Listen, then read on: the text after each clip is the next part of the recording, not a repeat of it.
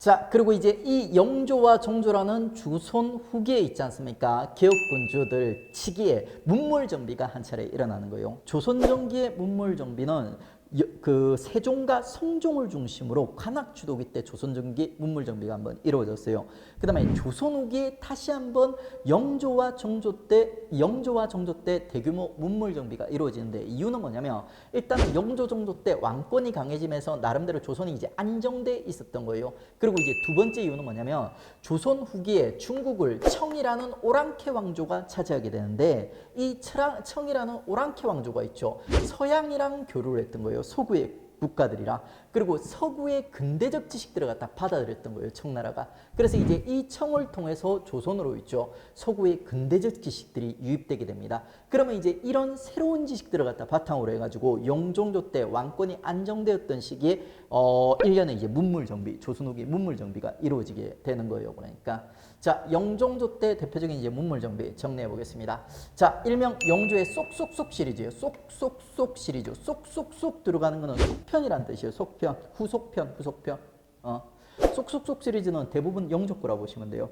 영조가 쏙쏙쏙 편을 좋아했던 이유가 뭐냐면 제가 아까도 얘기했어요. 영조는 정통성이 약했다고 했어요. 그래서 전대왕들의 훌륭한 정치를 갖다 따라하는 이런 정책들을 많이 펼쳤던 거예요. 그래, 전대 경국대전, 전대 국조의뢰, 전대 병장도설 이런 것들을 갖다 잠깐 개편해 가지고 새롭게 이제 개편하는 이런 모습들을 보여줘요. 그 영조 때 쏙쏙쏙 시리즈 나옵니다. 쏙대전, 쏙의뢰, 쏙병장도설 이런 것들 쉽게 암기하세요. 쏙쏙쏙은 영조 거다.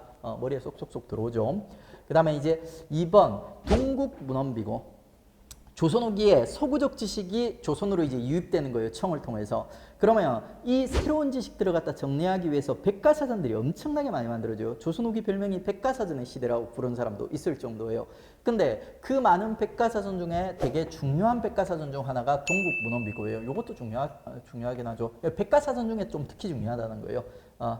왜 중요하냐면 이거는 보통 이제 백과사전들이 개인적 차원에서 쓴 백과사전들이 많아요. 근데 동국문헌비고는 국가에서 가능한 대규모 백과사전이에요. 이게 뭐 100여 권인가 200여 권인가 엄청난 규모로 있죠. 조선 후기를 대표하는 국가적 차원에서 만든 그 백과사전이에요. 백과사전. 그리고 3번은 그냥 역사적 우연이에요. 우리 영조와 정조를 비교하는 문제가 많이 개발이 되어 있습니다. 보통 영조 경쟁자가 뭐 숙종도 나오긴 하지만 대부분은 이제 정조 이렇게 많이 나와요. 이 둘을 구별하는 포인트 중에 하나가 영조 때 있죠. 이거 역사적 우연이에요. 이상하게 지도지리지가 많이 나요. 정조는 지도지리지와 관련된 역사적 업적이 하나도 없어요. 그러니까. 근데 영조는 이상하게 지도와 지리지 제작이 활발하게 이루어졌어요. 조선 후기 가장 대표적인 지도 중 하나인 있죠. 정상기의 동국지도. 우리 나중 가서 배울 건데 미리 암기를 해두세요. 그 다음에 이중환의 택리지. 조선 후기 가장 대표적인 있지 않습니까? 지리지예요. 이런 책들이 전부 정조 때 나와요. 그 밖에 뭐 C급, D급 지도 지리지도 되게 많이 나와요.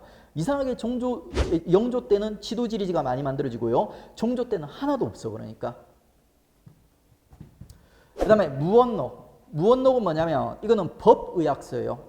그 법의학서가 뭐냐면 범죄와 관련된 의학이에요.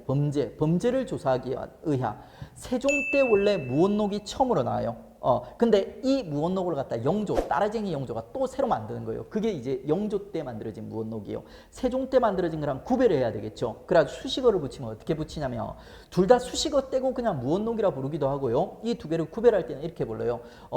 세종 때 처음 만들어졌으니까 신주무원록 부르고 있죠. 영조 때 조금 개찬을 했으니까 증수무원록 이렇게 부릅니다.